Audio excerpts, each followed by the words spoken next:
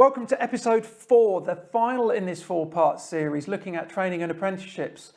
My name's Andy Stevens. I'm going to be the host for the rest of this show. Peter Bull, industry expert because he is. He's been in it 50 years, training, working all around the world, written books, and now working at a brilliant training school. We're going to put all the details in the data below so you can have a look. This week, it's a little bit dreary, but we got to look at it. CITB, grants, apprenticeship system. Peter, welcome. We'll keep it short because it's not the most inspiring and stuff. But CITB, when Labour came in recently, there was a lot of talk. Are they going to be ripped up? Is the whole thing going to be starting again? It hasn't got the best image, has it, Construction Industry Training Board? Do you think it's something which probably needs freshening up? Yes, I think, well, I mean, I was originally trained by them and they were very good, but I think they need a little bit of sort of sparkle, a bit more sparkle to them. They're seen as a bit dreary, a bit, you know, the industry training boards all sort of started in the 1960s, you know, the agricultural industry, all this training boards started, and they were very, very good. I mean, it was a very good idea. It was designed to improve standards generally in the industry, because there were apart from City and Guilds, there was nothing before.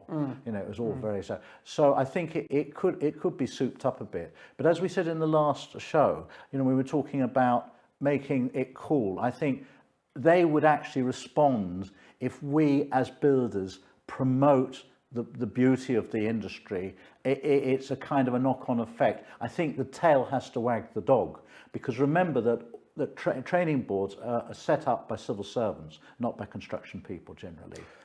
Next question. Why haven't we got more experienced construction workers and trades working for these training boards? Because you've been through an apprenticeship. A lot of people have. A lot of people have learnt well. That knowledge should be put back in. I think what happens is there's a famous phrase that people are promoted to incompetence. And I think this is the problem, that if you're very good as a bricklayer, you stay as a bricklayer. What we need, I mean, you know, it's going much more sort of global. What we need is building tradespeople in the cabinet, in government. We need those kind of people. And people who rise to the top are always administrative. And so they cannot understand, and I don't blame them, they cannot understand industry. They really do not understand how industry works, and never have done, because they've never been in industry. So what we've got to try and do, and I think it comes from the bottom, not the top. Trickle down doesn't work. We've got to trickle up. We've got to, as an industry, start being proud of ourselves, start respecting ourselves, and then other people will start to respect us. And as I said in the previous episode, the biggest way we can do that is through the media, like this show here. This is a fantastic way we can promote the industry. So training boards, they're civil servant run. That's their problem. They're not trade run. I think we've got to get more tradespeople writing an apprenticeship for plastering. I don't see how anyone can write that's not time served as a spread. I do know somebody that was involved in the apprenticeship, the papers, and bless her, she was a brilliant businesswoman, very, very good. She'd never spread in her life. No. It's a bit like me and you writing how to become a nurse or a chef. I just think, goes back to the previous episodes, people with this experience, when they get to the latter stages of their career, should be looking at going, crikey, we need you. Come and be part of this new apprenticeship scheme. Or come and work for CITB, go out there, go to schools, jazz up the industry, make it cool. Go into schools, absolutely. So how, you know, perhaps at a political level, we need to start putting some money into running training programs. There is some going on in schools, but it's very bitty and it depends very much on the school. This should be a national program of encouraging building trade skills from possibly 14. But of course, they're also panicky now about health and safety. That, you know, it's killing the industry.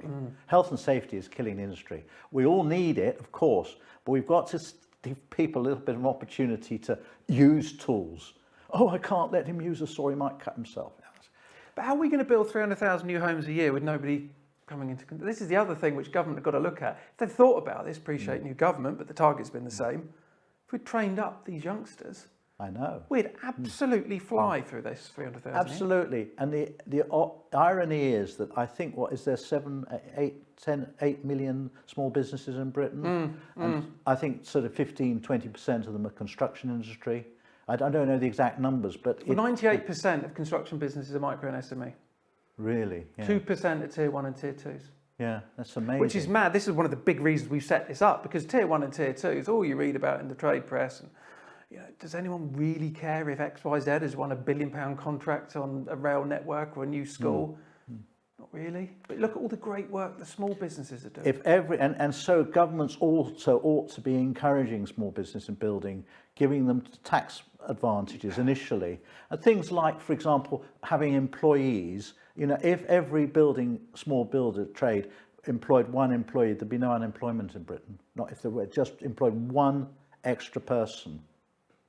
The potential is phenomenal. If we want to be a country that is recognised globally, as we were in the Victorian times, we've got to look after our builders. They built, can I use an old word, they built the empire, for better or for worse. Now we've got a situation where everyone's just floating around on their mobile phone. There's no real guts left in the country or drive, because everything is click, press button, and people don't want that anymore. They've had enough of it. They've had enough of staring at their phone. They want to get their hands dirty. They want to do something physical with their lives. Really good point. You said looking after the people in it. Something I always go back to when I was looking at secondary school for my daughter a couple of years ago. As you say, out of the 3 schools, one had this tiny little woodwork area. I mean, it was small. There was a girl there of about 14, maybe 15.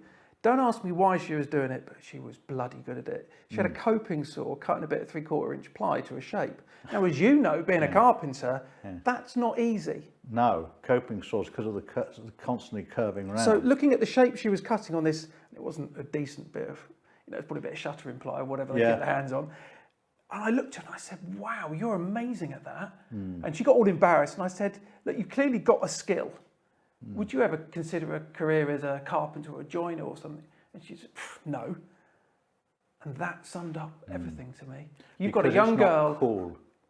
It's not cool. We need to look after these people. She may not be an academic, but what she's doing with that probably shitty old coping saw blade on a manky bit of 3/4 inch ply, you're good at that. Let's look after you. Let's promote you. Let's push you to where you could go and do well. Yeah, definitely, definitely. I was blown away, but to me that really summed up where we are as an industry. And I think in order to move us forward as CITB, the grant thing we'll talk about another day. I think that's too longer piece. But just to finish with this really interesting 4-part series, just in a sort of 60-second piece. Right. Peter's sitting in number 10, got a nice cup of tea and some biscuits. What would you do to get this industry moving forward, become more cool? Well, first of all, I'd set up what I call a practical university. A university that offers degree-level courses with the same status as having a degree in maths or medicine or anything else. But the whole purpose of the university is to teach people things practical. There would be very, very little theory in it. I mean, there'd be a little bit because you need theory, but we'd start running proper training colleges that teach people practical skills rather than this default thing they've got at the moment in a lot of colleges. It's a sort of a leftover thing. And the best people, as I remember at school, I'll keep it short, I know we're nearly finished, but I remember at school, our headmaster said that our most gifted children learn German. Our less gifted children learn technical drawing.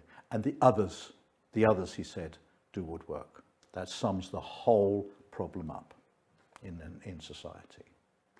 But to finish with, I think I've said for many times, we're at a tipping point as an industry, and it's a great time for positive change. 300,000 homes government, you won each year, did a piece on the news a few weeks ago. We're on schedule for 153,000 this year. You're way short. We haven't got the people to do it, but time for positive change. I think we'll get there. There is a need. There is a need, and I do think we'll get there.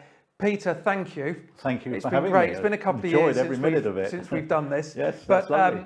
Please do check out Peter's training school. All the details are below. And this sums up and summarises the 4-part series on training and apprenticeships.